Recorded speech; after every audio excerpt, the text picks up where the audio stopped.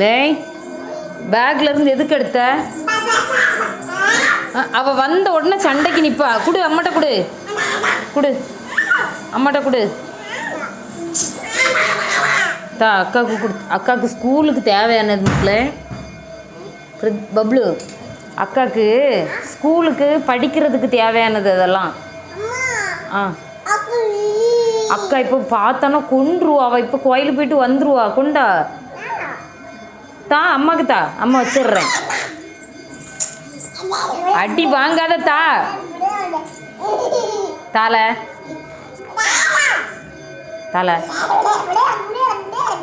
இது என்னல புது விதமான நோயா இருக்கு. ஐயோ கடவுளே.